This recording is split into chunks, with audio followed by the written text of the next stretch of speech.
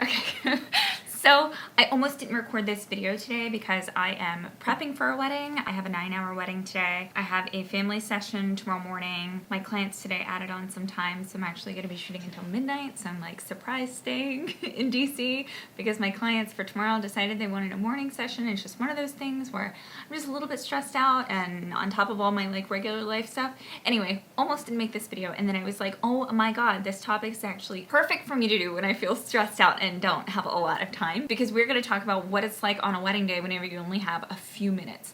So whether it's a scheduling thing that ended up happening whenever you got down to the line, they're like, okay, you have like 10 minutes left, or if it's one of those things where they're just not really big into portraits and so they don't give you a lot of time naturally. But I am going to show you what I can do with 10 minutes of coverage. I also think that this is a really interesting exploration of like a singular place. Like we literally didn't leave like a 15-foot radius this entire time that I'm shooting. And I have another session that I will link to below that is going to be how I utilize one tiny little space and shoot there for an hour. But this is 10 minutes and what that looks like when I am pressed for time. This was the selection that I ended up delivering from this wedding day. It is 47 different images immediately following the first look. So I'm not including the first look, but if I were to include the first look, then I think it's like an additional like 5 minutes. This is her friends adjusting her dress at 4:55, and here's the last image at 5:05. So exactly 10 minutes, a little bit less than 10 minutes. And this was shared space and time that I had with the videographer. But whenever I'm feeling especially rushed for time, I do one thing. I don't change my lenses. I usually have 2 bodies that I'm shooting at, and then I like to pick lenses that I know what I'm gonna get before I even put the lens and camera up to my face. So I usually do the 24 and 50. Those are my babies and my best friends. So I'm gonna turn off the timestamp so you can actually see what lenses I have, although it'll be apparent because the 50 and 24 look very different. And this is what I started shooting at, and my goal was to just get in as many different types of poses in and expressions in a small amount of time.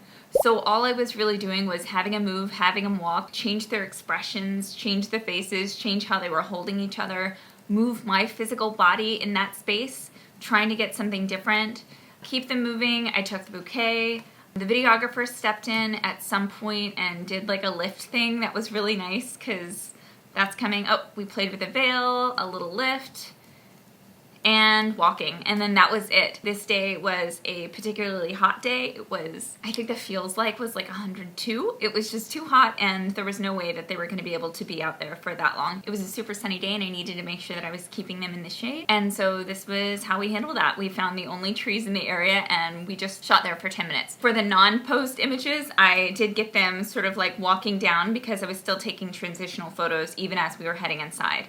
So all of these were taken, you know, in the minutes following us moving from location A to location B, because I know I've talked about it before, but I'm always shooting transitional stuff, and that is how I shot the transition from us being outside to moving indoors. But I think that being stressed out, as I am today, I'm like dehydrated, so I'm drinking Pedialyte. My stuff is not together for today, and my life is just little piles of garbage everywhere. In circumstances like this, it actually makes sense that I would make a video in a situation where like I feel kind of pressed for time and a little bit stressed out, because that's so much of what our job is. So if I were to give super quick tips for how to deal with a timeline where you just don't end up with a lot of portrait time, I would say minimize your gear, minimize your lenses, maybe pick 2 lenses to go from. Focus on quantity and not quality. I'm not trying to take the most artistic, best photos that I've ever taken, but by trying to focus on getting a bunch of different poses, I'm gonna end up with some good ones that maybe I wouldn't have thought of if I was just trying to perfect like 3 different poses. So try to get as many photos as possible, quality, not quantity.